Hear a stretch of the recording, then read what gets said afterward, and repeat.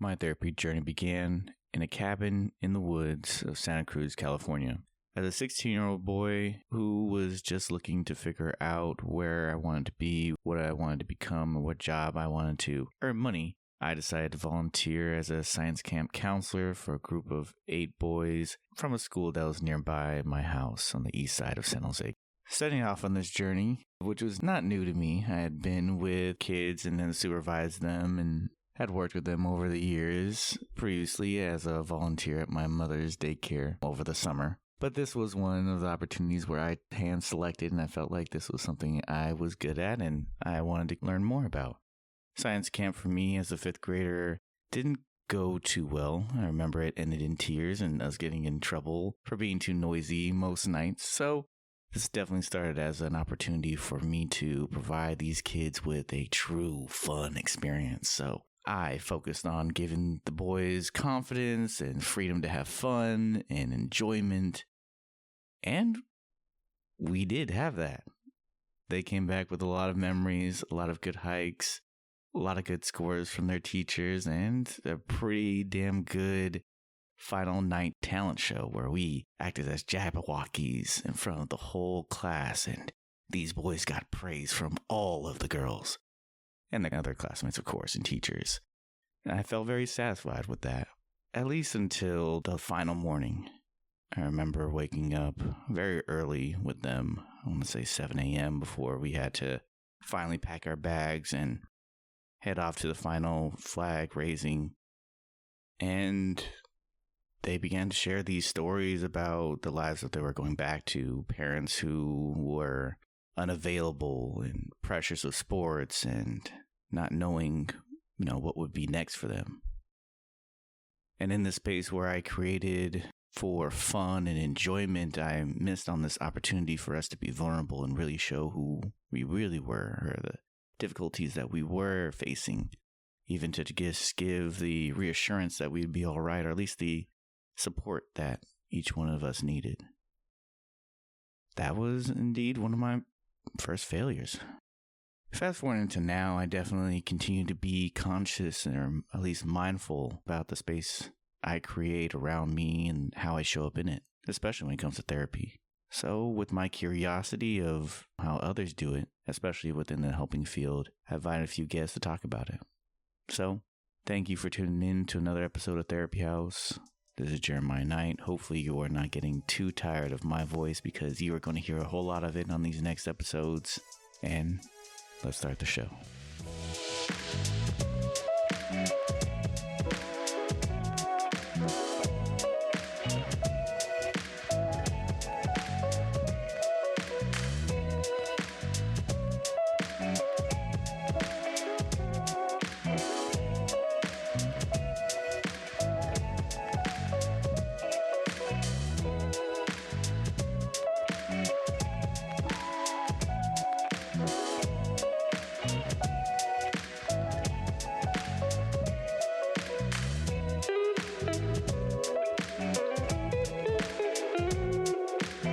You don't have like a set intro that you just copy paste and just like.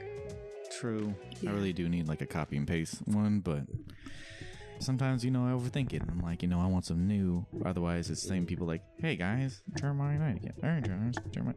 See something like, I gotta change it up. Hey guys, it's Jeremiah. Yeah, that's true. Like, it's nice to have the intro, but the podcast I listen to, I kind of like skip through the intro because I know it's going to be the same. Yeah, true. But if you're new, then the intro like encompasses everything, and it's good to hear. True that. Welcome, ladies and gentlemen. This is Jeremiah Knight of Therapy House. Don't have the fellas with me, but the show must roll on. I have 2 new guests joining me today to discuss creating the space. So, traveled all the way to Oakland to meet with my boy Ross and Nalah Love. And so, my boy Ross, I don't know. I feel like I've known you for forever. So forever. It's like midnight basketball. Yeah. So, we were rocking. Somehow, we both started doing this therapy thing. Yeah.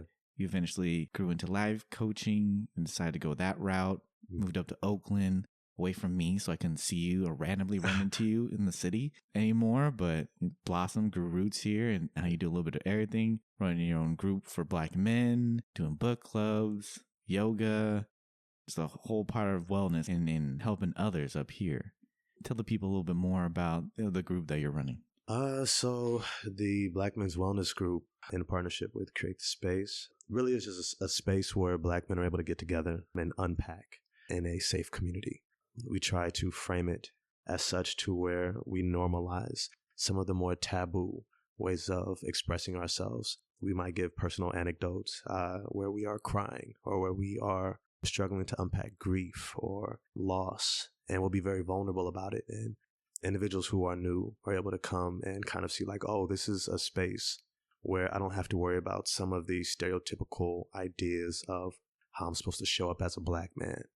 Here I can take that mask off and I can really unpack some of the things that I might be holding. So how did you get into the focus of wellness, or at least creating these kind of programs, groups for the community? Yeah. It really kind of hinged out of recognizing that I wanted to see change within the community at large, and that a lot of my work was rooted in trying to help and support a deep wound within our community.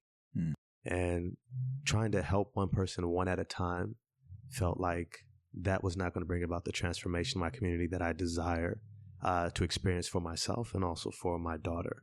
And so I wanted to do things that were more proactive, that would invite community in, where we can grow and develop and be able to heal as a collective in a way that potentially these individuals leaving this space would also be agents of healing and agents of creating a culture around more healing attributes of our community rather than maybe some less healing ones. Right. Yeah. So if people want to learn more about you, Ross, while they listen to the eloquence of your voice and the sweet melodies of it, where can they find you at? You can find me. I have a profile on Psychology Today. And then I also have my Instagram, IOB Life Coaching. That's IOB_life coaching on Instagram. And of course, Nalah Love, specializing in mindset and movement. Tell the listeners a little bit more about you, Nalah. Yeah, so in the realm of movement, I do Caribbean dance fitness specifically and personal training. I do group fitness classes, and I also do yoga. And then in the realm of mindset, I do breathwork coaching and lead women's empowerment groups. Okay. I feel like there's more, but that's it. But it branches out from there, Which, I mean, hey, and just look at the draw. I got two wonderful guests who are masters of many talents. They're involved in many things and have different connections. There is a long list of additional things that they do. They're just being modest, humble. So, here at Therapy House Podcast, we get the modest, most humblest guests here. So, but of course, you guys are welcome to check them out. So today we kind of just want to focus on creating the space. This original topic that I kind of came up with on my journey being a therapist. For me, it's been being able to kind of sit in spaces, be able to be in the room with people, being vulnerable, trying to give them something that they haven't gotten anywhere, at least a place that they can be accepted, be themselves without worrying about those consequences, and kind of being able to explore those thoughts, the feelings that they've had separate from their families or judgmental people out there. And so in that, and being intentional with at least myself, the space that I'm in, I've been kind of much more curious about how other people do that. How will they create the space, or what kind of environments that they create for people to come into? If they're as intentional as I am, or whether maybe I might be overthinking it. So why not? Why not invite people to talk more about that? So when you guys enter the room with a client, you guys may have one in mind already, or just general. For you guys, what kind of environment are you hoping to provide them with in order to achieve the change or healing that you are aiming to reach? Yeah, I could start. The thing that I do the most now is the Caribbean dance fitness classes. And what's important to me is, first of all, educating them about the culture. So letting them know a little bit about Caribbean culture. and also just letting them know that this is a space to focus on feeling really good. And I feel like we don't have a lot of those spaces, you know, other places in our life, and that's not encouraged. So it's just about feeling really good, embracing your joy, and joy being sort of like the revolution there. So really feeding into your joy, and doing what feels good and celebrating your life, celebrating that you're able to be here and breathe and move your body and connect with yourself, and that it's not a space of judgment. And so if any of the moves that I provide like feel weird or feel like they're too hard or too whatever, that you're able to do anything that feels really good to you. You know, it's not an audition. It's just about showing up in your full authenticity, whatever that means to you and your body. It sounds like not only just feeling good, of just being free and absent of feeling like you're doing something wrong or judgment. Yeah. It's also just feeling good in your body, in the sense of just do what feels natural. Don't push yourself. Don't overextend, which, you know, was a lot of things. The thing that me and Ross did was do yoga up here in Oakland with Rondi. So, but that's definitely with the wellness is a lot of kind of what he commonly pushed, or at least encouraged. So, yeah. What about you, Ross? You have more than one space. Oh, yeah. Oh, yes. I was like, wait a second. No, I know there was for the movement. For like the mindset and the breath work, I guess the kind of yoga is like in between, like it connects them because yoga is the movement, but it's also a lot about the mindset of it and trying to leave everything that you don't need to carry with you. You know, like you want to come in with all this baggage and keep thinking about to-do lists and all this stuff that's on your mind. So I encourage people to just leave that outside of the space. And I like to start everything with breath. So connecting with your breath, connecting to being present with your body, with your mind, just being in the present moment is such a powerful tool that a lot of people just overlook. And that's what I use breath work for. So when I do show up in like the mindset spaces, we start with breath, and then it's just encouraged, again, like being authentic and saying or doing things that feel really good to you, and realizing that it's not about fixing anything. It's more about like acknowledging things and accepting them so that we can process them and move forward in that way. And knowing that you're supported, like we're showing up in this space because we're supporting each other in going through these, you know, these things that we as humans go through. Right. So then providing that kind of space, what do you kind of see as a result then? What returns back to you by providing that mindfulness, acceptance, feeling good, freedom? Like what do I get out of it? Oh, well, what do you see from the people that you work with? I see them, even within the limited amount of time that I get to see them, I see them just like open up and bloom. You know, like so quickly, and realizing that it's a space that they're safe and they just open up and enjoy themselves, whether it's movement or whether it's just like sitting and breathing. And I get a lot of like, thank you. Like, I didn't know I needed this, and now I know I needed this. Yeah. Yeah, because I think even before this episode, when we're setting up, even just Ross kind of even saying like, yeah, you know, just being able to hear people come, like it feels like church. Yeah. Our book club experience. Yeah. No, that was another space. I guess I can jump in on that. Yeah. Running the book club, when you see individuals able to come together and feel safe enough to open up about their beliefs and their spiritual life and how this book is reflecting different ways in which they want to challenge themselves and continue to shift in how they maybe are moving within relationships, but are also able to enjoy themselves like genuinely.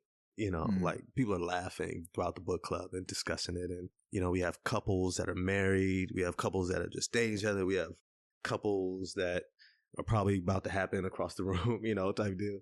But, you know, we get, you know, we get just a really cool environment where people are coming together and they're just like, this is fun. This is fun. Growing, learning, reflecting can be done in a space of community that we feel safe enough to be able to explore this vulnerability.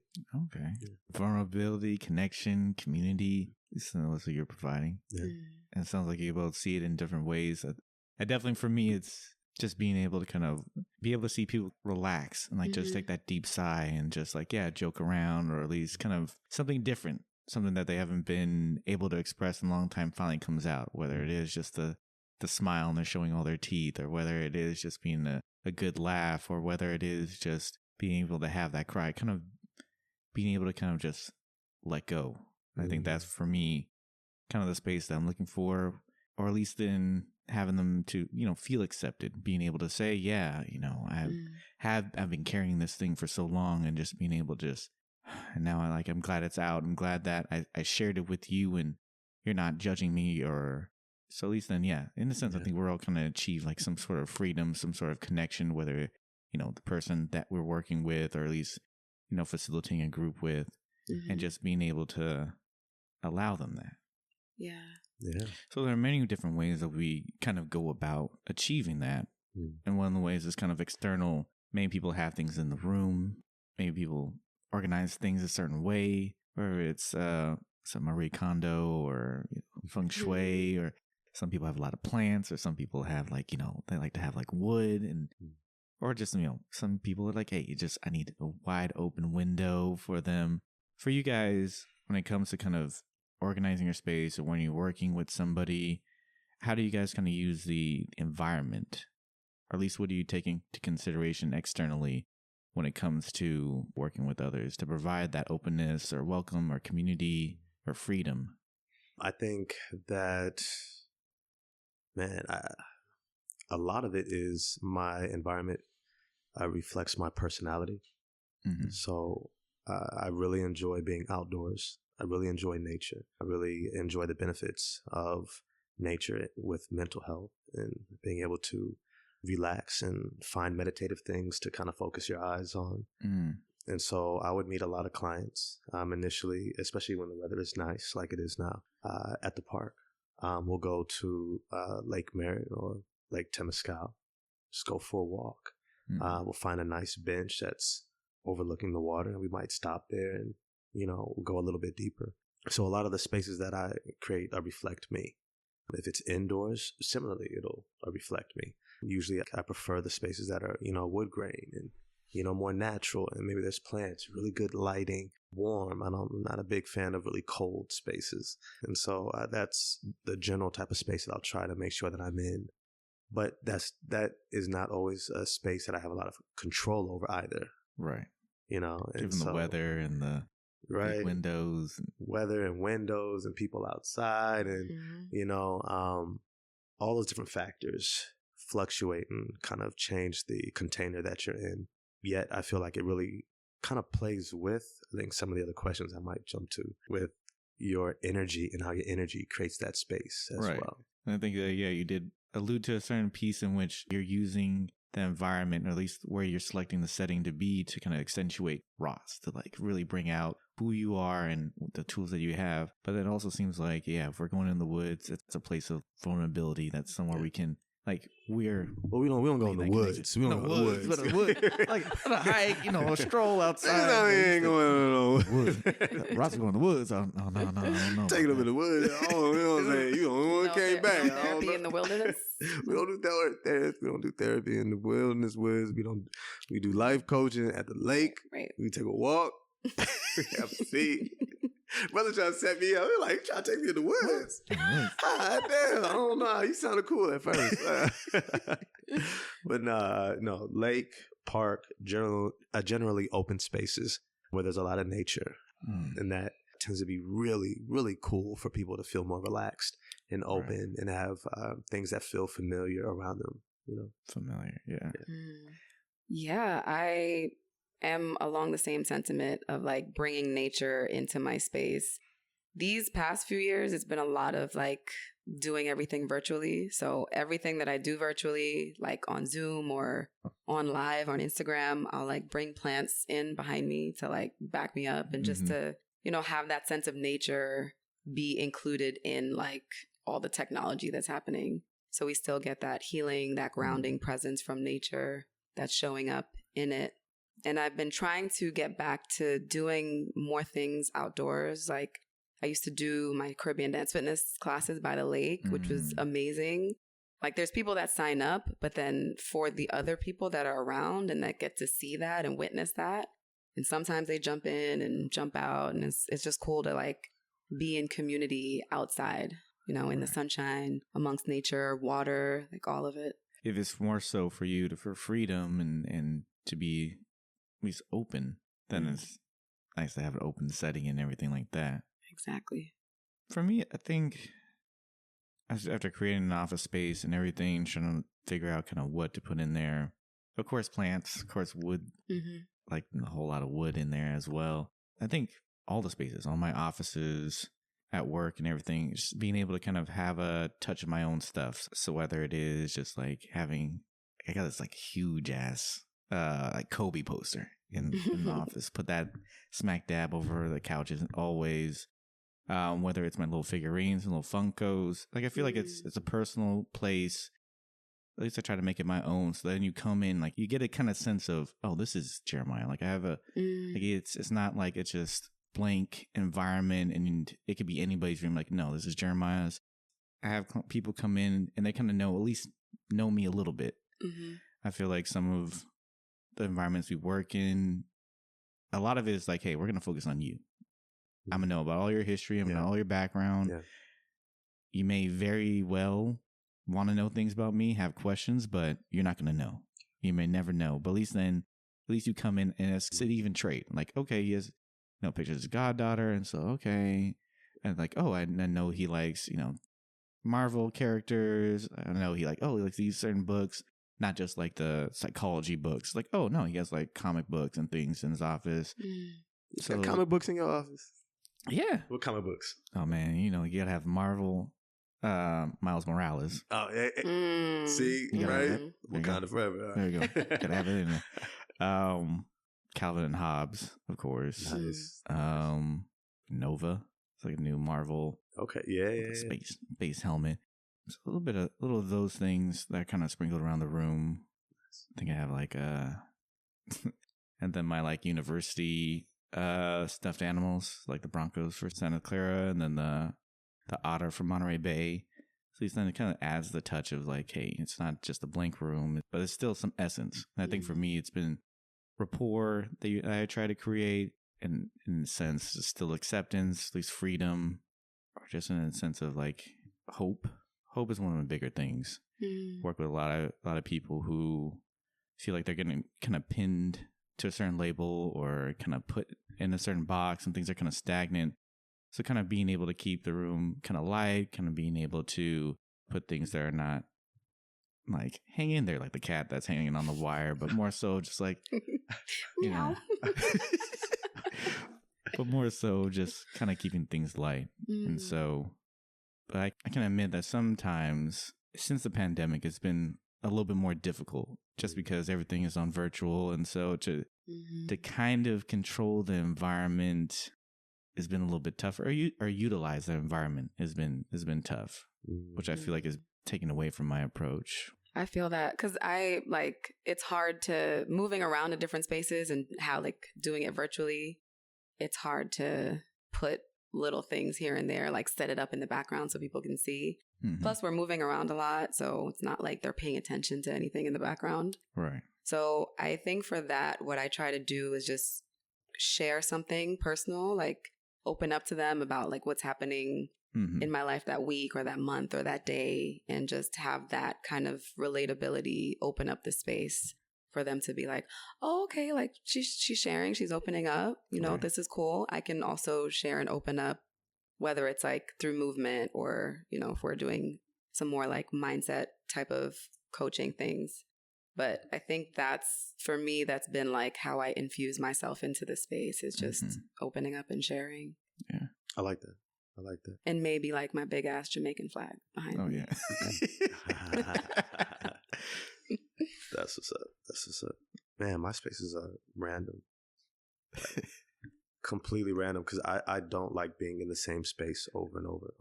It can't stand that level of repetitive anticipation of your environment that you're going to be in. Like, oh, I'm going to sit here and I'm going to do this. And so sometimes I'll be in a rented office space over at Oak Stop, and I'll be in one office, and then I might be in one of the empty offices that has, more natural light, or then I might go, if, those are taken up, I might be in the phone booth where it's like small, it's green all around and, airtight. Or sometimes I might be at my home office, and then I have that, so yeah, it might be completely different spaces virtually. Okay. And so sometimes I'll try to, immediately, but a lot of my clients are long-term. So they kind of get familiar with changing background, and just kind of like locking in on my voice and what we're talking about. And, I try to make that be what frames the room as much as possible. Fair enough. Because, yeah, I think there's a sense of like people kind of be a little bit more mindful about like what's in the background. You put plants, or you kind of organize it in a way, make sure like the trash cans looks aesthetically pleasing to the eye. But some people, yeah, they do kind of just, fog it in the background, just trying to be able to think about their environment. Of course, there's cons to that too. That things being virtual, you don't know where the client is. You can't really control the background or the setting that they're in. You can't really control how much present they're in. I think I've been wondering, is it fair for us to then ask them to be in a certain setting or a certain environment to also kind of help, kind of accentuate our skills, or at least get whatever we're trying to teach them or work with them to be implemented a little bit smoother. So if we're trying to get them to be a little bit more vulnerable and open, hey, it'd probably be better if I can ask if you can move a little bit closer to the window or somewhere, or at least like, open the blinds, or at least, try to do those things. Or do you feel like that's a little overstepping? No, I think you could ask. I think you could ask them because you want them to also like get the most out of the experience. And I mean, like, trying to maneuver the space to the best of your ability and your knowledge to ask them to set themselves up in a certain way, like set themselves up for success. In like my meditations, like I'll do that. Like if you're in a safe space to close your eyes, then do so. But if not, you can just gently gaze at the ground. If you feel like you need to be aware of your surroundings, kind of something like that. But yeah, and then in my dance classes, I like to make movements where we move around the space and like look away from the screen for a moment. So we're not just staring at it for the whole hour. Like notice something in your space that makes you smile and makes you feel really good. And then we can come back together. So just, I think you can ask them, and then, I don't know, maybe if they're not comfortable with it, they can say something. Yeah. I mean, I get there's some like limitations, like I had a session today with a kid with ADHD. There was no way in asking him, hey, can you like sit down somewhere? Like, no. So I was like, hey, take what we can get. Yeah. And there's some times where there's, families who have like, hey, mom's cooking dinner, so this is where it's got to be. And so I think there's been plenty of times where we're trying to talk about like some like vulnerable stuff. And I can't really get there if you're kind of consistently worrying about like who can listen through the walls. So that's why it's like, oh, it would be awesome if we could be in person. You sit in my office, it's protected. I've done what I need to, but once again, out of our control. So can we do the best that we can? Can you dictate like, hey, I need you in this setting, so at least we can do the work that we need to? Yeah, I do think there's an importance, because sometimes it's also educating for the individual. They won't realize that there's a distinct difference in how they show up when they're in the open space and their siblings could walk by, or their parent might be overhearing, or as an adult, maybe not being in the bed, and, asking them to be in an open space, kind of a polite way to be like, maybe not be in the space where you can also watch your TV. I do think there's that dynamic. And then I also think the way the environment can sometimes need to be very flexible to what the individual has available to them, also creates an idea that even when they're in person, there's, I think, a greater breadth of acceptance of how that environment sets up. Right. So I think it kind of impacts their expectation now as well.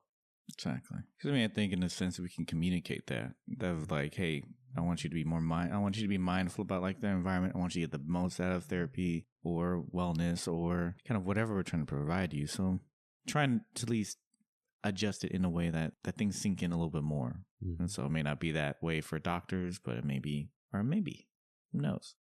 Things to think about. But you guys did both bring up a certain piece in which if we are doing things more virtually, we don't have as much control. So then we have to rely on ourselves to kind of what we need to do to bring things in the room. We need to be a certain way or emphasize certain things in our approach to kind of help people open up, be more vulnerable, be more open, make it easier for them to build connections. So then for you guys, when you guys enter that room, or at least that connection with somebody, what do you feel like are the pieces of importance that you try to emphasize or bring out in yourself to kind of create that space for healing and change or acceptance and openness? I'm thinking. You go first. Culture for me. Culture. That's like I was in this office downtown Oakland, you know. So if you live in downtown Oakland, at any moment you get, you know, you know, somebody with the Harley playing the music, you know, and somebody with the Harley, you know, was playing these old school jams.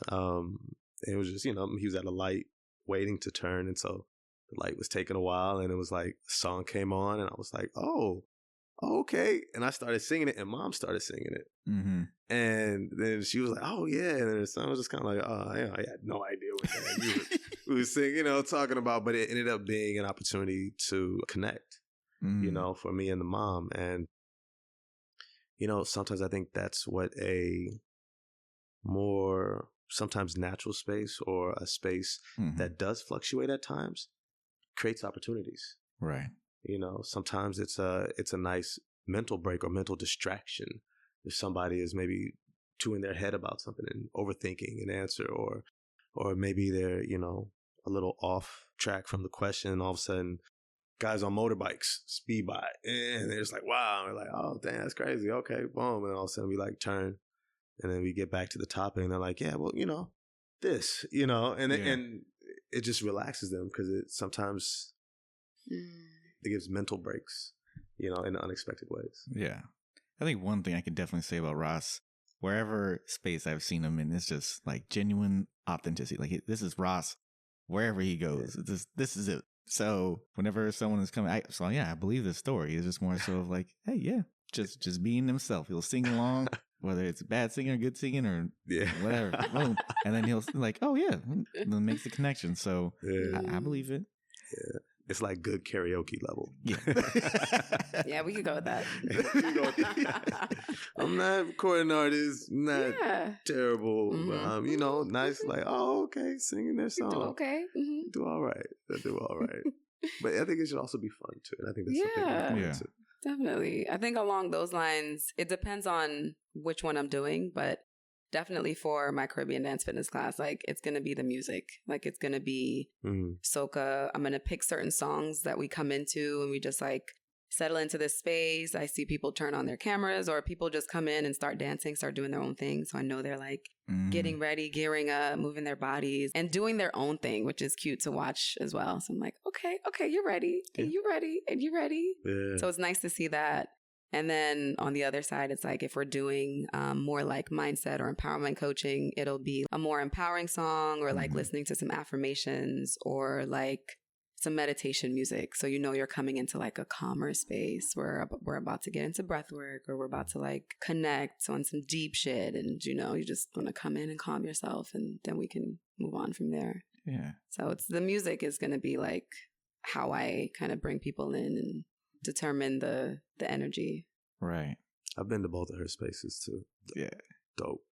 It is, it's funny because as you were talking, I was like, oh yeah, we wanted to also bring in some sort of dance movement with Create the Space. Oh yeah. Because we're realizing how important it is not just to process intellectually or mentally or even spiritually and energetically, but also like in your body's movement. And her form of dance and movement, you know, soca is so, oh my God. I was like, goodness God. Godness. Freeing, uplifting, empowering. But it moves energy, especially I would say for Black men in ways that can be really liberating and can allow us to move our energy in areas that we don't always move. Like we hold a lot of our stress, you know, in our hips and in our chest and in our shoulders, and all of a sudden it's like with soca, you just gotta like, you're winding and you're like and move here and move there, and it's like all of a sudden it's like, whoa, that energy and that stress that I was holding from these experiences or the day or different things I'm carrying has been able to move in ways that talking about it, just doesn't release at all. Yeah. Sounds good, but it still feels the same. Right. Yeah. Thank you for that. I think, Nalah, you did mention earlier just being able to kind of like share something vulnerable at the beginning of those virtual meetings, just because you can't provide that vulnerability. So it sounds like you just kind of set the floor with, hey, this is where I'm at. I'm being open, and I invite you to join me there. Mm-hmm. Yeah, it's definitely like we can be here and want to show up a certain way, and we can also accept that we are all humans and we're all going through something in our life. And I want it to be more like less of the toxic positivity of like, everything's fine, this is great, we're just dancing, and more of like, interjecting our real life into it and being like, okay, this is something that's happening, but this is how we're choosing to show up and move through it. Like not hold on to it, but allow it to move through us in the ways that we're moving. Like there was one morning where I was feeling really disappointed in myself because I overslept and missed the class right before my actual like Caribbean dance fitness class. And so I was like going in there with a different kind of energy than I usually do. And I was like, you know what, let me just share with them and just express to them that I'm going through something right now where I feel really disappointed in myself, but it doesn't mean that I have to show up like that in all areas of my life. Like I can accept that and show up differently and just also not stay in that area. Like I can do this to kind of move the emotions through my body, definitely, and just accept that we're all humans and we make mistakes. And the healing part of it is, are we going to dwell on those mistakes, or are we going to just try to show up better next time and just accept that that's happened and move on? Like if a kid messes up, you're not going to remind him like every hour of that mistake that he made. And we're so quick to do that to ourselves. So it's just like, it's okay. You messed up. That happens. Just let's move on. Right. And it's so like, it's also so healing for me to share that, and for people to also like, they'll throw up in the chat like, oh, that happened to me. And it's so good to hear that from you. And then we can relate, and then we can vibe on a totally different level, than if I wasn't to share that at all. I think that's also the tricky part. Like when you start getting into like within the mental health profession training for it, there's like how much do you disclose? Disclosure. And they like, that's a big thing. I'm curious, how do you navigate disclosure within your practice and how that impacts the space and environment? At Santa Clara, I mean, they definitely taught us about like, no, you don't disclose too much. Of course, there's like a big piece on like, it depends more so, but like mostly you want to keep that kind of hierarchy on there. Like you're the professional, the focus is on the client. Quite often, if they're asking questions, it's usually to get around what you're trying to work on. And which it has come up, but for me, it's been more of an importance of that connection. Yeah. So that's been one of the pieces where it's like, that's a space I want to be in. You're not coming in here with just a stranger. It goes both ways. If I'm expecting you to talk about some like deeper stuff and everything, I also have to meet that standard. I'm not going to ask you anything that I can't answer myself, or at least try to answer myself, because that's what I'm expecting from you, to at least try. Yeah. And so them being able to ask, how old are you, or have you been through this? There's not too much harm in the sense of just being open. When they ask, hey, we're different ages, I'm a lot older, do you feel confident in being able to help me? And it's just more so, yeah. I mean, there's going to be times where sometimes I may ask more clarifying questions. You have a different background than I am. There are many different differences, come from different places, have different experiences, but I can definitely guarantee that I'm give you all that I can, get the remission that I don't. At any point in time, if you feel uncomfortable, hey, I'm definitely happy to help you find whoever you need, because I don't want to be the thing that stands in your way of finding joy and happiness or change or the healing that you need. And so even that, I think that's kind of more so, once again, trust, the connection, and more so of like, you know what, okay, I'm in good hands. Like the reassurance that I'm also trying to accomplish as well.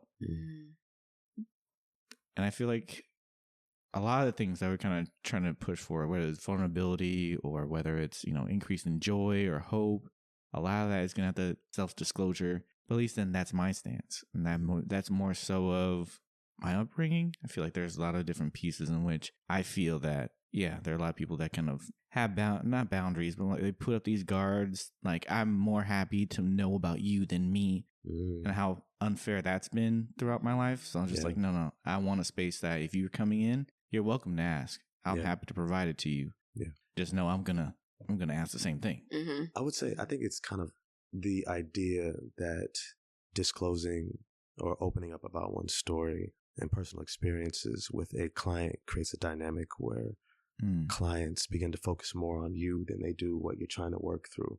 Like, I don't think I've, in maybe the last 5 years, last 5 years, I don't think I've experienced once where personal disclosure has created an avenue for a client to avoid.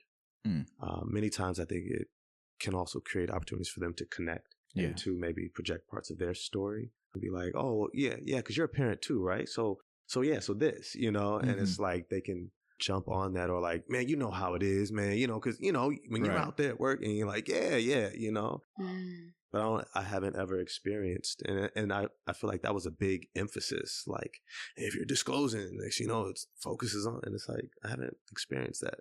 Right. Yeah. There's for kids. I think the majority of my experience has been with kids, and a lot of them have been, oh, well, I know you asked me about that, but I mean, did you ever have any issues doing your homework? And then that would just, snowball into another question somewhere else. And it's like, wait a minute, we started on this topic. I asked you if you did your homework. Right. Is it true? Let's nail that piece. Yeah. That's so interesting. I think that, like, now hearing it, I was like, ooh, I had that thought. My therapist, she did it so wonderfully, and she started sharing a little bit about herself, and I was like, oh my gosh, she's sharing with me. Like, this is so nice. I feel like we're just like girlfriends sitting and chatting. But it was like nice to hear her open up about something. Yeah. And then she perfectly tied it into what I was going through, and I was like, I see what you did there. Yeah, that's the skill in the back of my mind, I was like, okay, let's talk about you. I want to know about you. I want to know you. Ooh, what did you do next? You don't really disclose a lot of information about yourself, and this is my chance to get in. But then she tied it back, and I was like, oh, yeah. Okay. Now I remember where we were. Mm-hmm. So it's also being very mindful of that, which it sounds like you both are. Yeah. Yeah.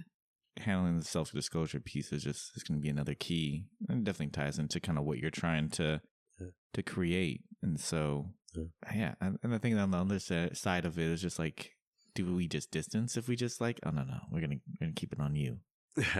So. Yeah. Which is so anti-communal. Mm-hmm. And I think that's a major conflict in terms of kind of social ideas around how healing takes place. Like, a lot of times when I work with youth, I make it a point to let the parents know that they are an active part of their child's journey and experience, and that trying to separate them, because sometimes a parent will come in and be like, oh, no, don't talk to me. And I'll be like, well, be aware that you guys are experiencing life together. So what you might be feeling at the end of the day when you walk in the room is felt energetically by your child, even if you never tell them, right? And so we might be talking about something of a shared experience between you two. And if you remove yourself, you're also potentially communicating to the child that how they experience you is not something that is for them to process and work through. Or it can also be an opportunity for growth that is missed. Because with you in the room, and you could be like, well, I do remember sometimes you do this. And then all of a sudden, they're like, oh, yeah, that's true. And it's like, well, I wouldn't have known that through this, bringing family in those dynamics is, it's the fun of all this. Yeah. Shapes the space. What creates the space? What creates the space. Yeah. So within that, we work hard to kind of create the space, whether it's external or when we put in the environment and the stuff that we bring to it. Sometimes our light has to shine a little bit brighter, and sometimes, especially on certain areas, to kind of further emphasize what we're trying to achieve.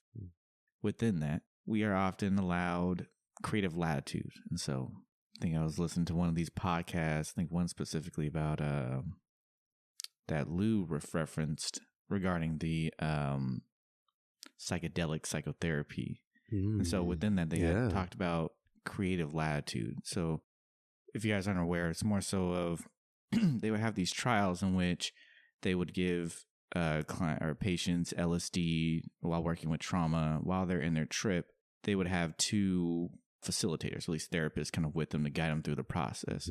They would then be allowed this creative latitude. So during that moment, they are trusted. Like whatever they tried during that time is going to lead to the change, hope, wellness, or healing in some way, as what we are granted in session. We are people that are kind of deemed as experts. What we say, what we ask people to do, the interventions, different things. It may be foreign to the people who come to seek us for help, or joy, or peace, but they're willing to try based on kind of what they're allowing us to do. And we're free to go to the extremes, or at least either extreme, to kind of get them their healings. So some things, I think the example that I gave you guys was more so the 2 chairs exercise. Being able to work with people who are hypocritical of themselves, being able to work with people who are wrestling with a tough decision, giving them two chairs. One of, hey, I want you to be the person who's the critic, say all the bad things that you want about yourself and what you should be doing, what you shouldn't be doing. And then I want you to sit in this other chair of compassion. Yeah. And that, and give yourself that.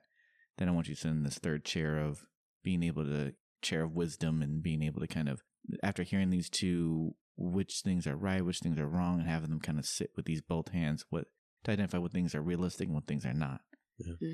Yeah. With that seems easy enough. That might be, some people might feel uncomfortable just talking to themselves, basically. Yeah. But I'm going to trust you that this is going to help me make this decision or be more kind to myself. There are some people who are more extreme examples, like Ayanla, who has people screaming into bushes and holes and throwing things, breaking stuff. So for you guys, what's your kind of feeling around like the creative latitude that you guys are given in your kind of work with others? I'm sure you use a lot of creative latitude. Yeah, I do in my Caribbean dance fitness class, because it's just like, it's my everything. But I challenge people to challenge themselves compassionately. So it's like, you're going to show up and you're going to move your body, but it's not going to be like flimsy, I'm doing this because I have to, or because I want to burn calories. Like, I'm doing this because I want to thank my body and I deserve to feel like really good in this movement. So I challenge them to show up as big as they can, as much as they can. And then when I'm doing, because it is dance fitness, so when we're doing like 4 minutes of squats or a bunch of lunges, or, I throw a burpee in there, and like 2 out of 15 people are happy about it. And I'm just like, what is your self-talk when things feel really hard? When it's like something you don't want to do. How are you showing up? How are you talking to yourself? Is it something like negative? Deep. Huh? You're getting deep. You're putting gems in there. Yeah. Oh, man. No, yeah. I think that's why I wanted it with Create the Space, too. Because I feel like for men to wind, and so you're like, well, I'm supposed to move. Is this acceptable? Is that, hold on. What? Am I going to be judged for this? Hey, is this too feminine? Yeah. All the things that show up. So it like really challenges you to like notice what comes up for you when you're going through those moments and you're moving your body in certain ways. And you're like, okay, this feels hard. But then how can you kick in a higher voice or higher power that's within you to be like, it's hard, but you can do it. You can challenge yourself in ways that feel good. Yeah. And not in a way that's like painful. Like if it's painful, of course, draw back, but don't allow, something else to dictate your strength. Like you're allowed to step into your power. So I just challenge people to just, show up with that compassion and listen to themselves, and also, know that you can do your best and you can do better, and you can really own your power in those moments. What? So you're asking people to do things because it could lead to other things? What? Man. Yeah. Because I bet that creative latitude also allows you to really impact how you create that space. Right? We're going to be doing this. And I know you probably don't think, but you know what? I'm going to challenge you to. Right. Yeah. Because it's like you're showing up, which is dope. But how are you showing up? Right. And how are you showing up for yourself? Like, this is not for me. It is not for anybody else. This is specifically for you. How do you want to show up for you? Yeah. It sounds like with your creative latitude, it's more so of, you're not doing this for me. Do this for you. Our work here can travel out somewhere else, or at least break down kind of your internal inhibitions. That is broken down. That or like just the stagnation. Like, I'm used to doing things. It's like we used to do it this way and feeling this way and do it every time. But like you're telling me to go out of my comfort zone. Yes, that too. Because a lot of the routines repeat every week. So I'm like, okay, now that you're familiar with it, how can you do something that you're familiar with differently? Like, how can you show up in that same type of movement differently? Right. Or just play around with that. More mindful in a different way with it. Yeah. So for me, I think a lot of it, man, is like rooted in that latitude, because I do my best to come from a African-centered way of knowing cultural lens that specifically challenges a lot of the norms and the values that we have espoused around us that keep a lot of us confined. And so I start with a lot of that. Like that's in the, 30-minute consultation before we even start working together. That's at the very beginning when we're doing book club or our men's group, and recognizing that there are a lot of ways in which we are told we are supposed to show up that work against us finding healing and being able to navigate relationships with others and ourselves. And so let me start with some reframes potentially, or just some other ways in which other cultures or other communities might perceive ourselves. And maybe you can see how that might create an opportunity in terms of how you see yourself navigating this situation. And so that's kind of at the forefront, Hey, we're going to change some things. And that's more verbal, energetic, and linguistically. Like, oh, I should have. It's like, is that some self-judgment? Or, is there a way that we can explore instead of judge there? Right. Right. Things like that. So, yeah, a lot of my work starts there. It starts there. Of course, we've talked about externally being creative with inviting healing into the room, change. We talked about kind of what you bring out in yourself, but then some of it is also kind of what you're doing, actually doing action in that room, whether you're asking people to kind of get on the floor and lay on your back, whether you're asking people to sit in different chairs or at least try something, journaling or I feel breathing. Statements. I feel that's uncomfortable. And it's like, no, what? I want to just yell. There's still a concern of they've been playing people that abuse their creative creative latitude, but still in the sense if you're starting with, I guess you could justify anything of just like, oh yeah, I believe this is going to help you, but more so of you're having guidelines, you're keeping people in mind of like, hey, if this doesn't feel well, stop right there. And just being like, hey, if you feel like you can't go that deep or share right now, that's fine. When you're ready, you're ready. And being able to kind of have them join you in that place.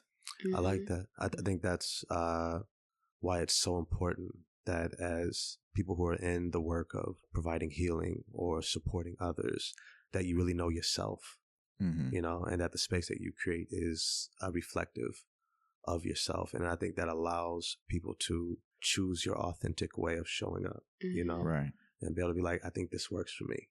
Right. And it becomes a very open and transparent way of engaging that I think is very humanizing, because it's funny in some settings where I've worked with certain individuals, whether it's clinicians or teachers, I've been asked by non-people of color, white people ask, like, so what do you think about working? Let me just, you can always edit that if you need to, and they will ask, about working with Black people. And I will say, well, I am a firm believer, and I kind of say it about myself so they can kind of glean from it, but not everybody is best suited to try to help everybody. And that's okay. And I think that when we understand the depth of our own cultural lens and way that we see the world, and understand that it's a lifetime of development in who we are, that we don't take for granted that we can understand someone else's so easily, and support them so easily, and so we really root ourselves in ourselves. Hey, I show up as a cis hetero Black male identifying son of descendants from Jamaica, Florida, North Carolina, right.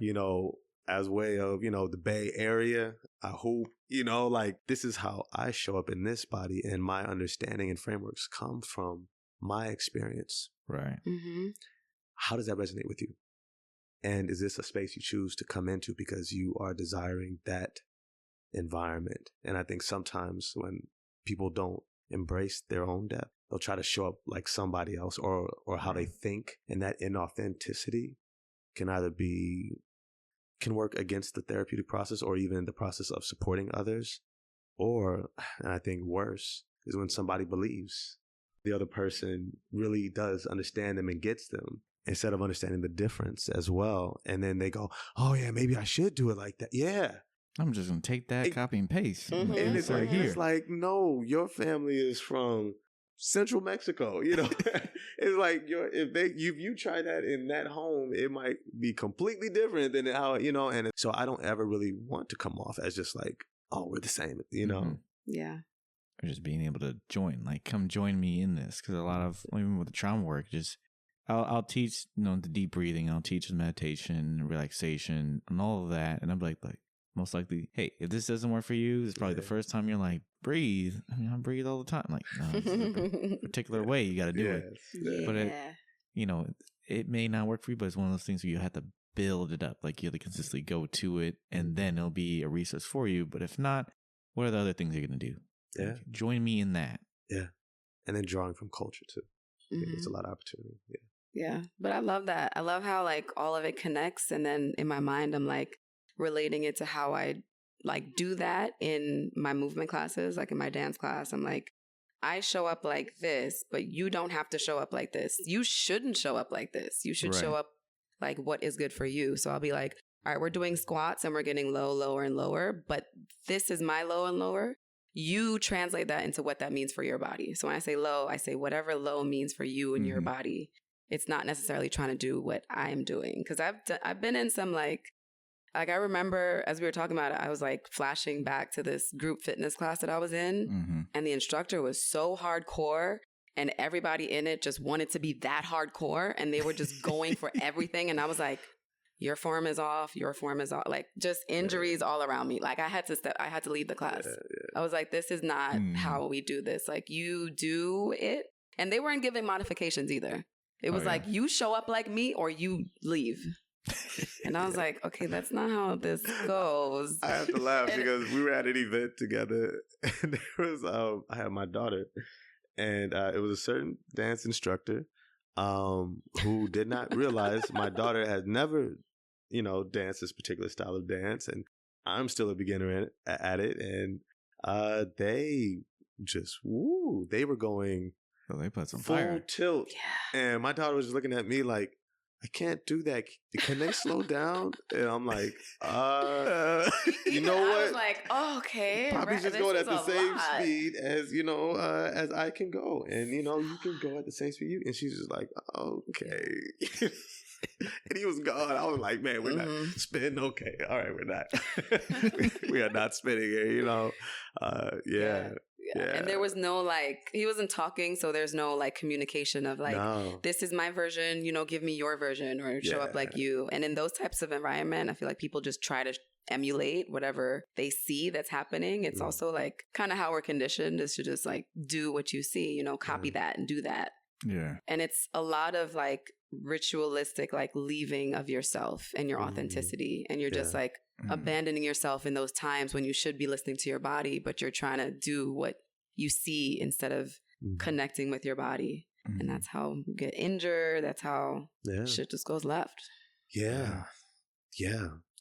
You guys ready for the therapist question of the day? Dun, dun, dun. Dun, dun, dun. I was almost going to ask you though before you get there though, how that shows up in your breath work. Ooh. I think the same, like Jeremiah was saying, like people are like, I breathe all the time. And I'm like, but do you know how to breathe deeply? And then a lot of people do like the shallow breathing just in their chest. So I didn't even realize, like I had a close friend who does, she's a doula. So she does like deep healing work with women and womb healing. And she was like, I had actually never been breathing deep until you taught me like deep belly breathing. And she was like, that changed my life. And I was like, it's good to know. Like I taught you how to breathe right, you know? And it's something that we all take for granted. You know, a lot of people just hold their breath or like don't think about what type of breathing is related to like, you know, the fight or flight. It's like your deep, you know, the little shallow breaths. And then when you go to like rest and restore and reset, that's like, those are the deep belly breaths that you can like actually relax your body with. So it's also like connecting your breath to what you want to feel, you know, like you can guide your body, you can guide your mind and your spirit to what you want to feel with just using your breath. And it's something so powerful that's overlooked. Exactly. Yeah. Thank you for that reminder. Yeah. All right. As I take a deep breath. As we all take a deep breath. Right. All right. Yummy. So how has your personal upbringing influenced your approach in creating your spaces? So I was actually telling you this earlier, like the first thing I wanted to be was a teacher. And I started in Jamaica. I was born in Jamaica and I moved to Brooklyn when I was 7. So in Jamaica, like, you know, very like strict rules. You got to wear uniforms, and sometimes like if you didn't get answers right, or this, you know, you were misbehaving, the teacher would walk around with a ruler and like smack you on your hand. So my sister and I used to like do that to the bushes. Like we used to pretend the bushes were our classroom, and we would like pick like a stick off a tree and just like smack the students if they weren't behaving. But it was like it wasn't about the hitting. It was just about like being able to teach students who wanted to show up.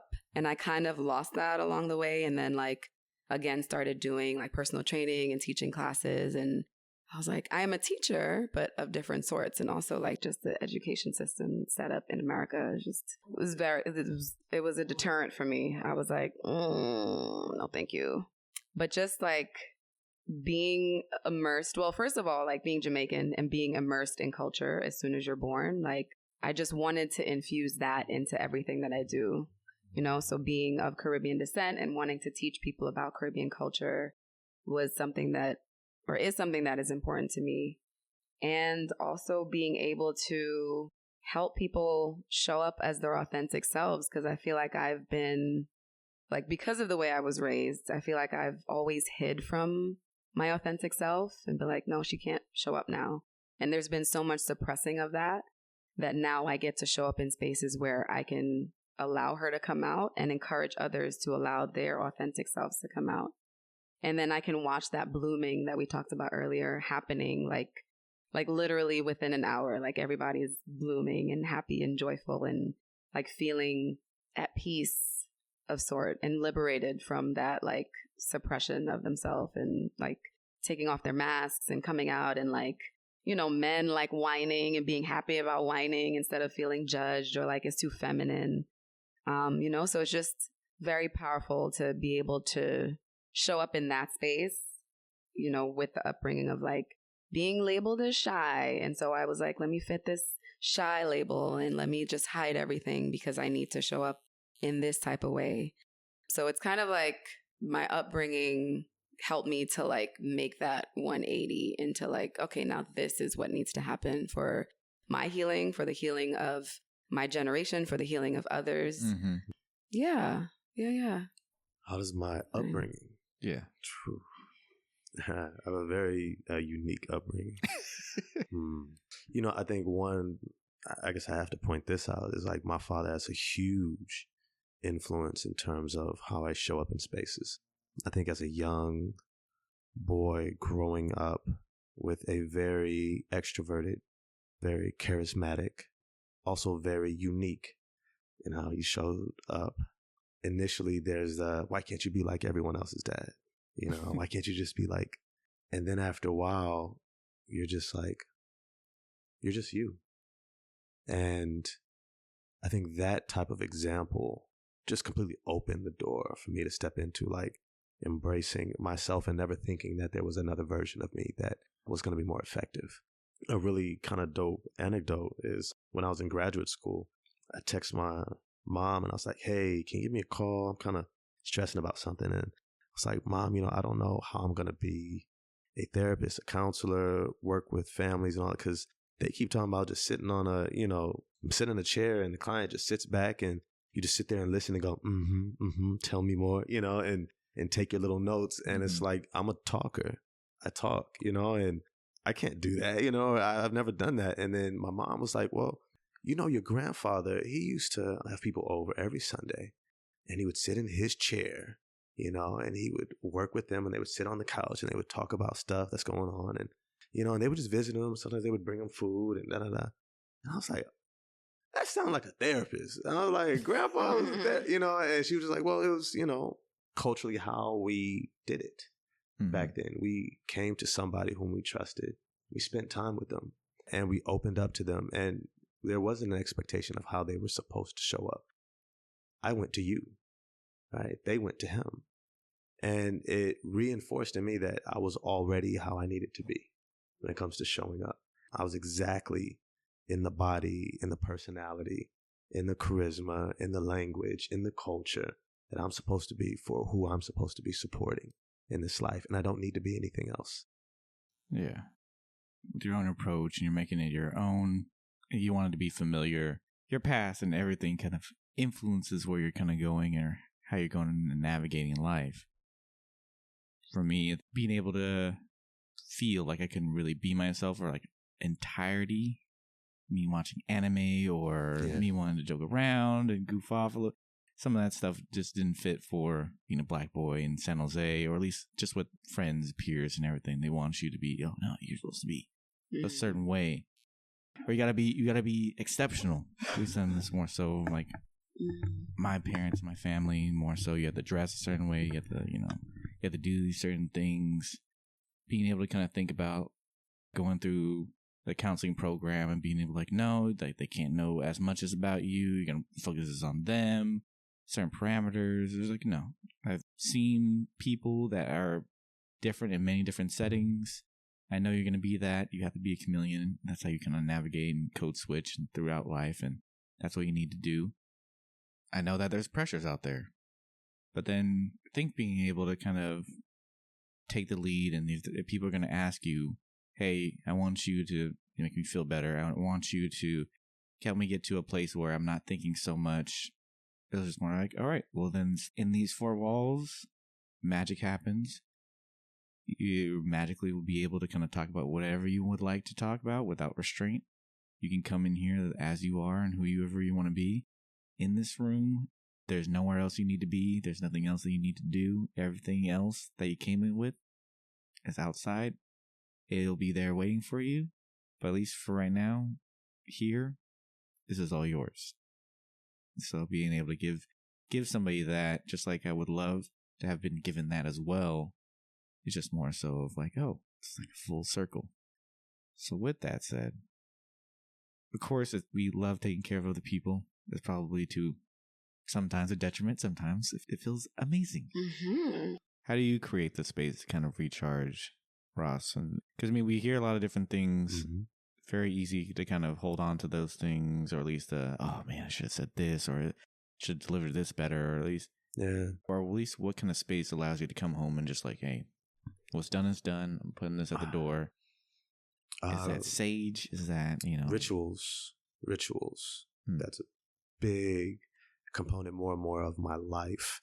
Having rituals when I know that I'm doing my deep breathing at night before I go to sleep, and I go through a stretch flow that allows me to get into my body as I transition to resting, doing gratitudes, those affirmations that allow you to focus on the things that you desire to, journaling.